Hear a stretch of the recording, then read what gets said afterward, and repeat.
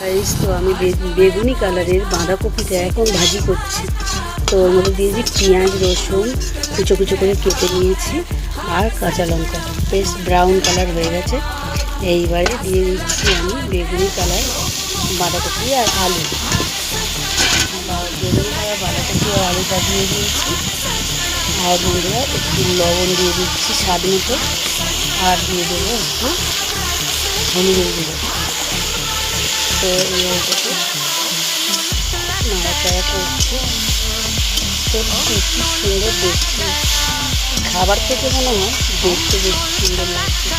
বন্ধুরা, তোমরা কি এইরকম বেগুনি কালারের বাঁধাকপি কখনো খেয়েছো?